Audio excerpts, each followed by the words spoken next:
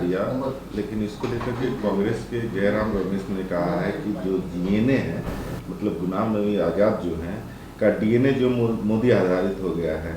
BJP के सुनील जाखड़ ने इसे अंत की शुरुआत बताया।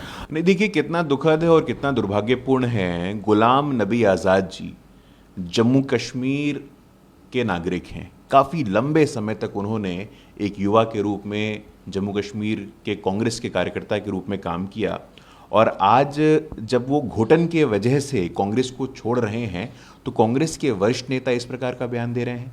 अजय माकन गुलाम नबी आज़ाद से कितने जूनियर हैं, जयराम रमेश गुलाम नबी आज़ाद से कितने जूनियर हैं, जब गुलाम नबी आज़ाद जी पार्टी के अंदर इंटरनल डेमोक्रेसी, आंतरिक लोकतंत्र के विषय पे सवाल खड़ा कर रहे हैं। और उन्होंने अपने पत्र में स्पष्ट किया है कि पार्टी में आज जो भी निर्णय हो रहा है वो राहुल गांधी जी के सिक्योरिटी गार्ड और राहुल गांधी जी के पीए कर रहे हैं, जिनकी राजनीतिक शुचिता कुछ नहीं है। तो मुझे लगता है कि कांग्रेस के लिए ये घड़ी आत्ममुक्ता से निकल करके आत्ममंथन की ओर है। आत्ममुक्ता से निकलिए और आत्ममंथन करिए, तब आपकी पार्टी बचेगी।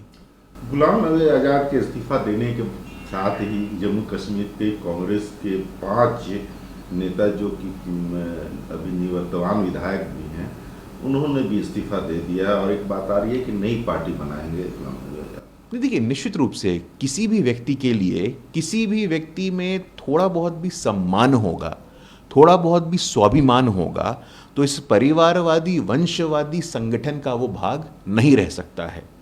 गुलाम नबी आज़ाद जी का बहुत लंबा सार्वजनिक जीवन का अनुभव है।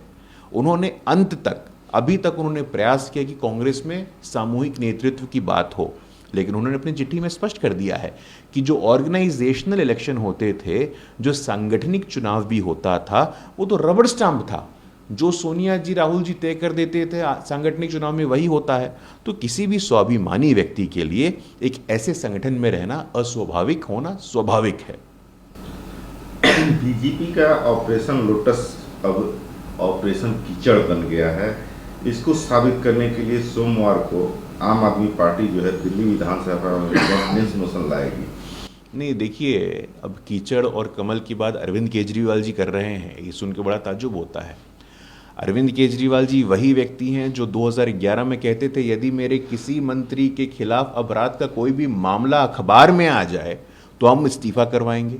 और आज जब दिल्ली की जनता के सामने, देश की जनता के सामने आपकी आबकारी नीति, जो एक्साइज पॉलिसी का जो भ्रष्टाचार है, जो दिल्ली के टैक्स पेयर्स के पैसों को लेकर के आपने रिटेल को, ठेके वालों को अपने लाभ पहुंचाने का काम किया है, उस भ्रष्टाचारी के पीछे आप हैं। आपका रूल ऑफ लॉ में कोई आस्था नहीं है, आपका संविधान के संस्थानों में कोई आस्था नहीं है।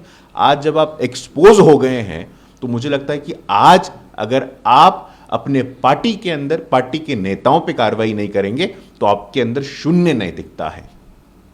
शराब घोटाले के आरोपों के बीच दिल्ली एलजी ने क्लासरूम निर्माण परियोजना की सीबीसी जांच पर आप सरकार से स्पष्टीकरण मांगा है। देखिए, 15 अगस्त को देश के यशस्वी प्रधानमंत्री श्री नरेंद्र मोदी जी ने नारा दिया है, अपराध, भ्रष्टाचार, परिवारवाद और वंशवाद, इन सभी कैंसर से भारत की राजनीति को मुक्त करना है। सब लोग सावधान हो जाएं। बिहार हो, झारखंड हो, दिल्ली हो, बंगाल हो, हम लोगों ने देखा है भाई, झारखंड में कैश का पहाड़ मिलता है आईएएस ऑफिसर के घर से, बंगाल में टीएमसी के नेता हैं, उनके घर से कैश का पहाड़ मिलता है। आखिरकार अकाउंटेबिलिटी तय करनी होगी ना, जवाबदेही तय करनी होगी ना। इस देश ने 75 साल तक जो करप्शन का कैंसर सहा है, करप्शन का दंश झेला है, हमें लगता है कि अब समय आ गया है कि मोदी जी ने लाल किले के प्राचीर से यह घोषणा की है, करप्शन और डायनेस्टी, इन दोनों से भारत के सार्वजनिक जीवन को, राजनीति को मुक्त कराना है। इसका संकल्प हमने लिया है। हेमंत सोरेन को विधायक के रूप में अयोग्य घोषित किया जा सकता है। चुनाव आयोग ने यह सिफारिश की है, सूत्र बता रहे हैं। अरे हाथ कंगन को आरसी क्या, पढ़े लिखे को फारसी क्या। खुद खनिज मंत्री रहते हैं, खुद के परिवार को खनन आवंटित करते हैं। ये तो ऑफिस ऑफ प्रॉफिट का सीधा मामला है। Section 9 of representation of people act आपको उठा के देखने की आवश्यकता है। और ये पूरा का पूरा आपके जो करीबी हैं उनके यहाँ AK-47 मिलता है, आपके करीबी जो IAS ऑफिसर उनके घर पे पहाड़ का कैश मिलता है। तो मुझे लगता है कि अभी भी कोई एविडेंस रह नहीं गया है।